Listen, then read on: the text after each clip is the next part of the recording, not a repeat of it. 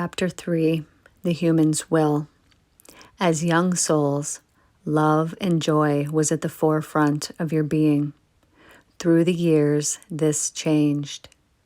Worry has carried over from lifetimes through your DNA, so much so that some are born with worry.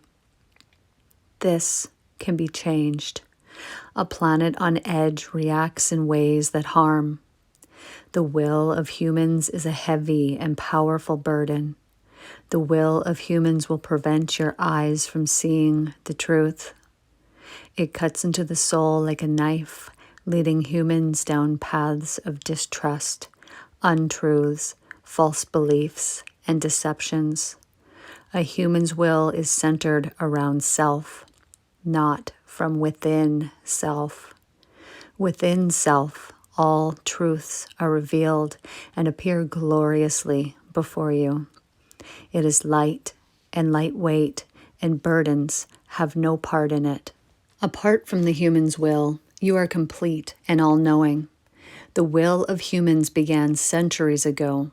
It corrupted your hearts so much so that you have grown to not recognize your own heart's intents and desires.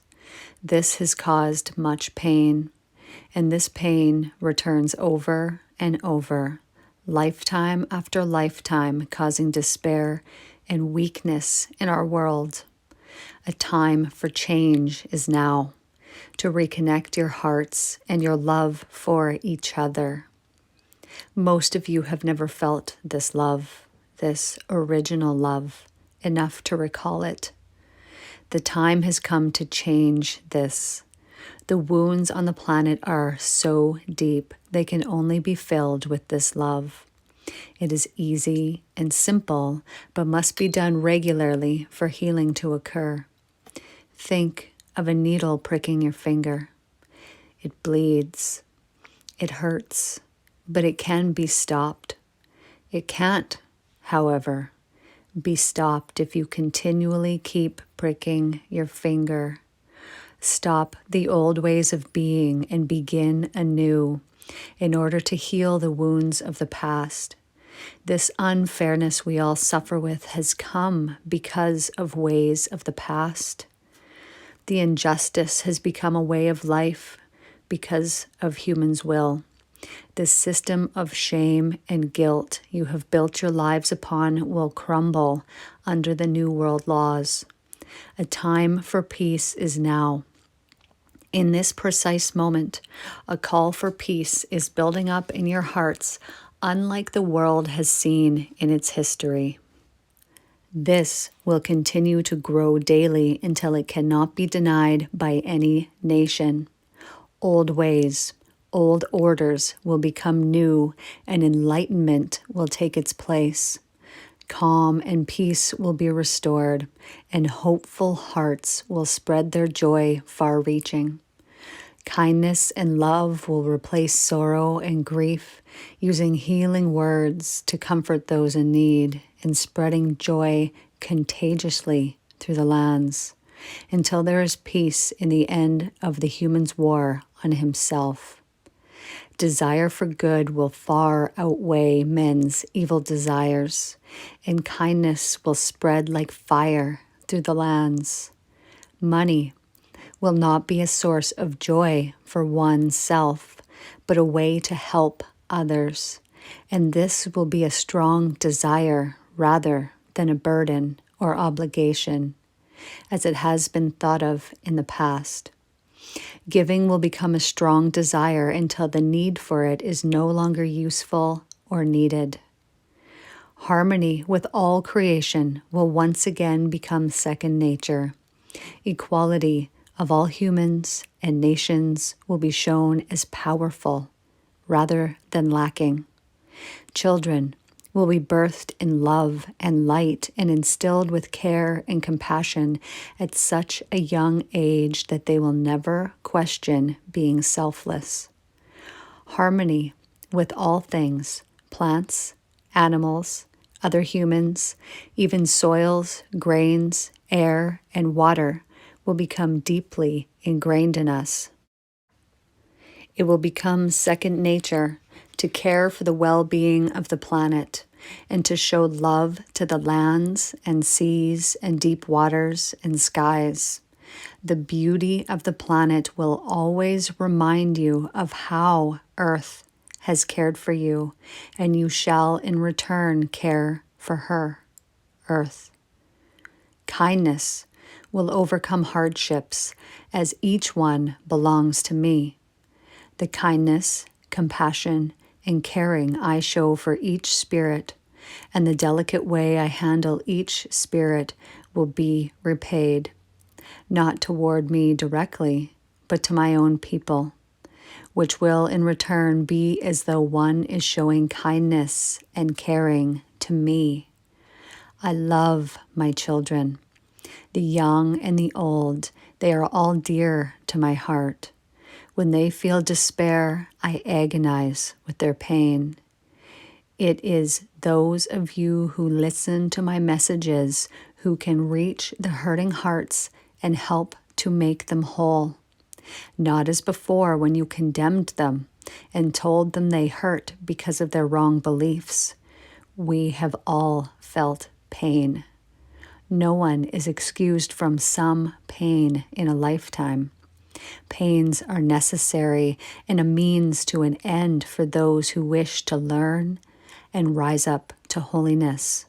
Therefore, how much more can those who suffer learn and rise up even higher in their lifetime?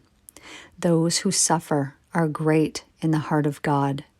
They choose their life to learn for the sake of the planet and those in it. How full is your heart when you can help those in need?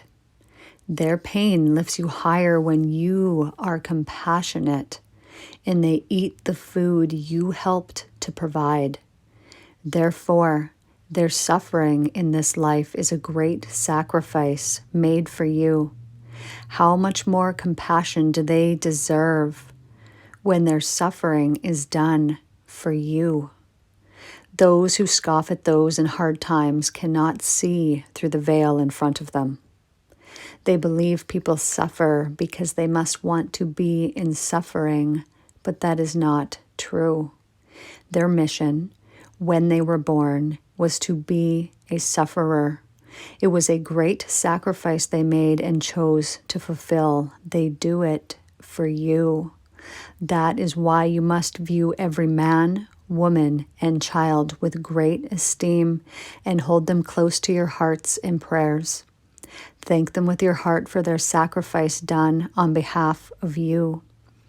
When you feel uncomfortable with someone's lifestyle choice, this should gain extra attention, and you should turn inward asking, "How may I help?" and show compassion, remembering to thank them for the role they have played in your life. No matter how hard someone has it, you can recall a time when you have played this role for someone else. Be helpful, compassionate, and showing loving kindness to all. Call upon the hearts of the loyal servants of God. Bring forth the nations and call into action the peace talks among the leaders of the nations. Practice peace beforehand as a group, united towards betterment of mankind's people. Bring forth the unlimited potential for kindness and compassion, no matter what comes forth from those who refuse to confront the previous evil deeds of mankind. Peace shall promote peace, and only peace shall do it. You cannot promote peace with judgment or prejudice, or through retaliation or killing of any kind. Death from the hands of men never promotes peace, but only more killing. Be patient, as your views aren't always met with likeness. Many refuse to see the goodness in mankind. They are blind to goodness because of their own suffering. These are the ones to help by and with your compassion and caring heart, unwavering, no matter the resistance. Continue to care for those who need it most. It matters. Continually practice peace alone and with those who also practice peace. Groups of compassionates can accomplish more together than apart, building a better world, working toward peaceful ways of being together.